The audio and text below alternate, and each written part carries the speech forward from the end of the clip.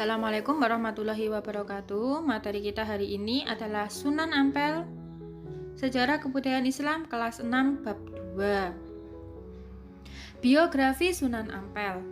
Sunan Ampel dikenal dengan nama Raden Rahmat. Nama asli beliau adalah Sayyid Ali Rahmatullah. Ayahnya bernama Syekh As-Samarqandi yang merupakan ulama yang berasal dari Samarkand, Asia Tengah. Ibunya bernama Candrawulan yang juga merupakan putri raja dari kerajaan Champa, Kamboja.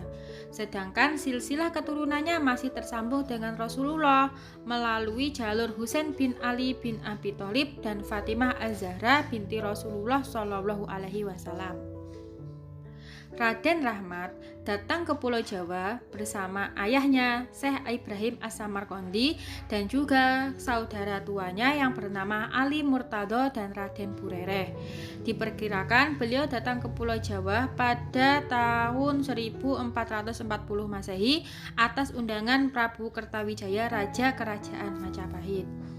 Undangan tersebut dimaksudkan untuk memperbaiki perilaku masyarakat Majapahit yang konon saat itu mengalami kemunduran dan kemerosotan moral. Selain itu, kedatangan rombongan ke Majapahit juga dikarenakan adanya hubungan keluarga antara ibunya Candrawulan dan istri Sri Prabu Kertawijaya, Dewi Darawati yang juga berasal dari Champa.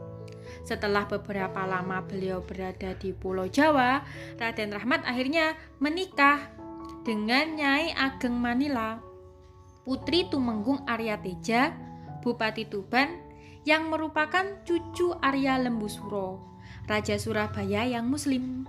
Dari pernikahannya lahir anak dan cucu yang menjadi generasi penerus dakwah dalam menyebarkan Islam. Begitu pula hubungan kekerabatan dengan penguasa Surabaya, Arya Lembusuro. Pada gilirannya membawa Raden Rahmat menjadi bupati penguasa Surabaya.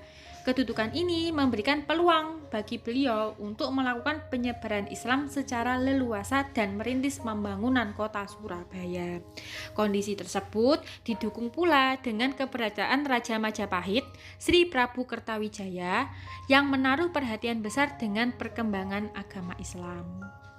Dalam perjalanan dakwahnya, Sunan Ampel membangun masjid dan pesantren dan menjadikannya sebagai pusat pengkaderan mubalek yang disebar ke daerah lain di Pulau Jawa.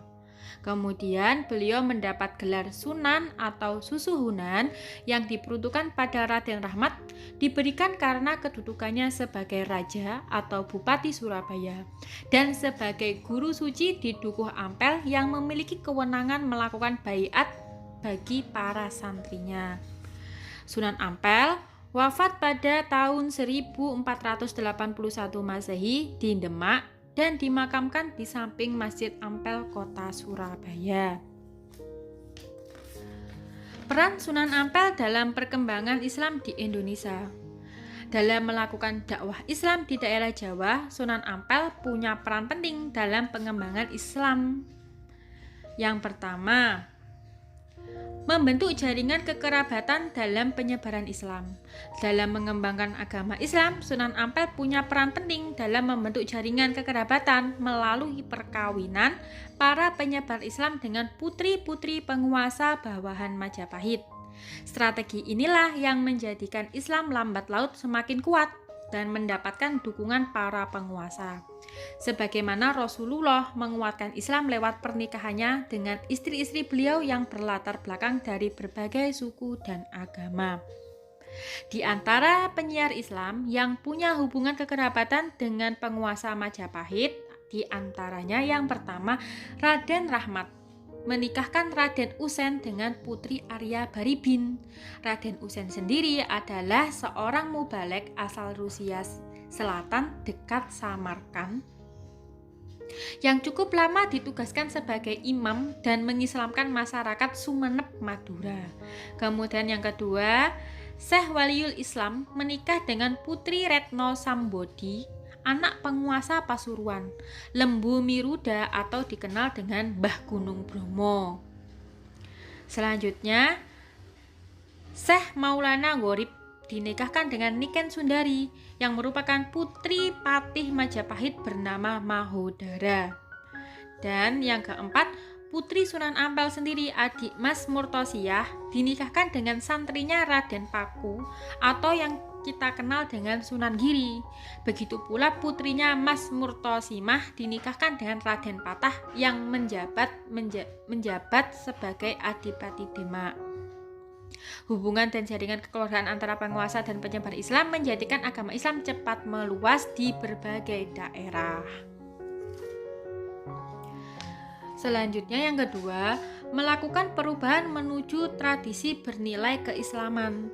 Masyarakat pesisir utara Jawa adalah masyarakat yang hidup dalam tradisi dan budaya yang turun-temurun. Dalam dakwahnya, Sunan Ampel membawa ajaran Islam yang disampaikan dengan cara-cara damai, moderat, toleran, dan menyesuaikan tradisi masyarakat yang telah ada, mengandung nilai-nilai keislaman. Sebelum kedatangan para penyiar Islam, orang-orang Majapahit mengenal upacara peringatan terhadap orang mati yang disebut dengan Sraddha, sebuah upacara peringatan atas kematian seseorang pada tahun ke-12 setelah kedatangan penyiar Islam Campa yang dipelopori oleh Sunan Ampel, penduduk Majapahit mulai memperingati tradisi kenduri dan memperingati kematian seseorang pada hari ke-3, ke-7, ke-40, ke-100, dan ke-1000. Dalam prakteknya, masyarakat berkumpul mendatangi keluarga yang ditinggal. Lalu acara diisi dengan dzikir, tahlil, dan doa. Tradisi keagamaan ini bukanlah berasal dari ajaran Hindu atau Buddha, tetapi merupakan tradisi keagamaan Muslim Campa yang dikenalkan Sunan Ampel. Yang ketiga, membangun masjid dan pesantren sebagai pusat penyebaran Islam. Masjid Ampel merupakan bangunan tempat ibadah yang menyimpan sejarah. Didirikan pada tahun 1421 Masehi. Arsitektur masjidnya memadukan arsitektur Hindu, Buddha, dan khasanah Islam untuk kepentingan dakwah. Model atap tumpang tindih pada masjid menggambarkan adanya akulturasi budaya Islam dan Hindu-Buddha. Tiang-tiang masjid masih kokoh hingga sekarang. Selain membangun masjid, Sunan Ampel juga membangun pesantren. Pesantren tempat mengajarkan murid-muridnya membaca Al-Quran, syariat, dan tasawuf. Di antaranya adalah ada Sunan Giri, Raden Patah, Raden Kusen, Sunan Bonang, Raden Kusen, dan Sunan Derajat. Ajarannya yang dikenal dengan falsafah limo atau tidak melakukan 5 hal. Apa saja? Yang pertama ada moh main atau tidak berjudi, moh ngombe atau tidak mabuk-mabukan, moh maling atau tidak mencuri, moh madat atau tidak mengisap candu, dan yang terakhir adalah moh madon, tidak berzina. Berikut adalah tugas untuk kalian seperti biasa, kerjakan di kertas folio. Thank you. Terima kasih.